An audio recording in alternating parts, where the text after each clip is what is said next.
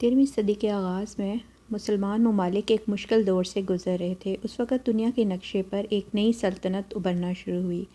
چنگیز خان کی قیادت میں منگولیا سے تعلق رکھنے والی ایک خونخوار فوج نے جب اپنی سلطنت کی توسیع کے لیے دوسرے علاقوں پر حملے کرنے شروع کیے تو وہ مشرقی یورپ سے وسطی یورپ کی طرف پہنچ گئے، تو دوسری طرف سائبیریا، برصغیر چین اور خطۂ فارس تک اپنی طاقت کا لوہا منوانے میں کامیاب ہوئے۔ منگولوں نے جو ظلم اور بربریت کا مظاہرہ کیا وہ رہتی دنیا تک اپنی مثال آپ ہے۔ ان کی آگے سب ریاستیں جو ہیں وہ شکست کا شکار ہو رہی تھیں۔ سلجوق کے بیشتر علاقوں کو انہوں نے فتح کر لیا تھا اور اب منگولوں نے سلطنت خوارزم کا رخ کیا اور اس کو تباہ و برباد کر ڈالا۔ اس سلطنت کی تباہی کے بعد وہاں پر جو ترک قبیلے آباد تھے وہ محفوظ مقام کی تلاش میں ہجرت کرنے لگے۔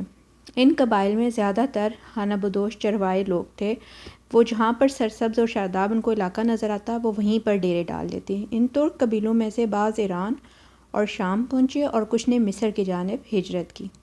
ان ترک قبیلوں میں سے ایک کا نام کائی قبیلہ تھا۔ کائی قبیلہ جو ہے وہ اپنے باقی قبیلوں سے بڑا اور طاقتور تھا۔ اس قبیلے کے سردار سلیمان شاہ تھے۔ ان کا قبیلہ خراسان کو چھوڑ کر شام کی طرف روانہ ہوئے۔ اس دوران دریائے فرات عبور کرتے ہوئے سلیمان شاہ ڈوب گئے اور جانبر نہ ہو سکے۔ سلیمان شاہ کے 4 بیٹے تھے: سگرتگین، گندوگدو، ارطغرل اور دندار بے۔ سلیمان شاہ کی وفات کے بعد کائی قبیلہ منتشر ہو گیا۔ سگرتگین اور گندوگدو اپنے اہل خانہ اور بہت سے ساتھیوں کے ساتھ اہلت چلے گئے۔ جو بچ گئے انہوں نے ارطغرل غازی کو اپنا سردار چن لیا۔ ارطغرل غازی ایک بہادر، نڈر اور ذہین انسان تھے۔ آپ اپنے چھوٹے بھائی اور تقریباً 420 افراد پر مشتمل خاندانوں کے ساتھ ایشیا کوچے کی طرف روانہ ہوئے اور سلجوق سلطنت کے ساتھ شامل ہو گئے۔ اس وقت سلجوق سلطنت کے بادشاہ کیقوباد تھے، جو کہ اپنی سخاوت اور بہادری کی وجہ سے مشہور تھے۔ ارطغرل غازی اپنے قبیلے کے ہمراہ سلطان علاء الدین کے زیر سایہ پناہ لینے کے لیے پائے تخت کونیا کی طرف جا رہے تھے کہ راستے میں انقرہ کے قریب ارطغرل غازی کو 2 افواج آپس میں مصروف جنگ نظر آئیں۔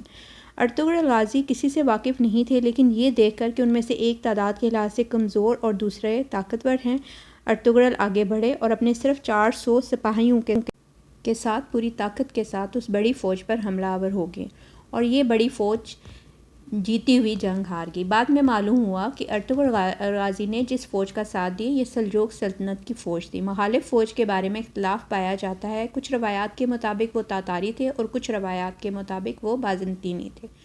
سلطان علاء الدین کیقوباد ارطغرل کی بہادری سے بہت خوش ہوئے اور آپ کے قبیلے کو اپنی سلطنت کے قریب علاقہ دیا۔ یہ ایک پہاڑی علاقہ تھا۔ یہ علاقہ سلطان نے اس لیے دیا تھا کہ بازنطینی حملوں سے بچا جا سکے۔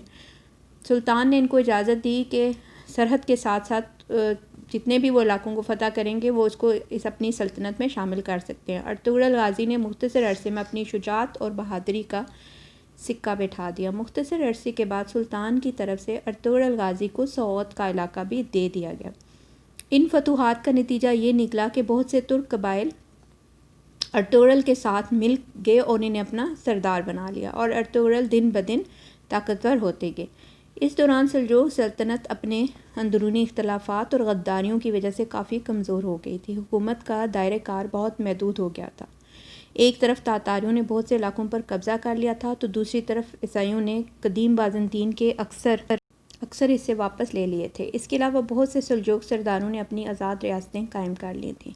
اسی وجہ سے ارطغرل غازی کی وجہ سے سلطان علاء الدین کو اطمینان حاصل ہوا، اس کو مزید انعامات سے نوازا۔ جب اپنی شہر اور بروسا میں ارطغرل نے سلطان کے نائب کی حیثیت سے تاتاریوں اور بازنطینیوں کی مشترکہ فوج کو شکست دی تو سلطان نے اس فتح کے نتیجے میں اس شہر کو بھی ارطغرل غازی کو دے دیا اور پوری جاگیر کا نام سلطانونی رکھا اور ارطغرل غازی کو اپنے ہراول دستے کا سپہ سالار مقرر کیا۔ اس سرزمین پر زرخیز سرزمین اور چراگاہوں کے علاوہ متعدد قلعے بھی تھے۔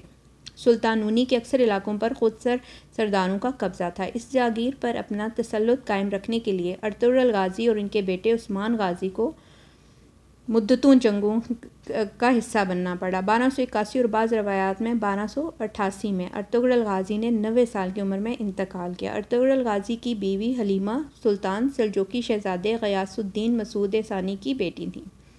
ارطغرل غازی کے 3 بیٹے تھے: قندوز، ساوجہ اور عثمان۔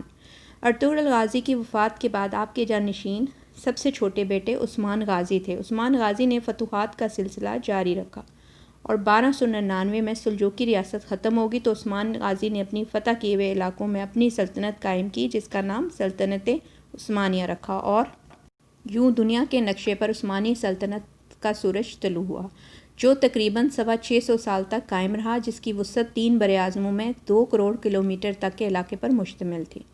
ارطغرل غازی کو آپ کے بیٹے نے سغوت میں دفن کیا اور وہاں مسجد بھی تعمیر کی۔ موجودہ مقبرہ عبد الحمید ثانی کے دور میں دوبارہ تعمیر کیا گیا۔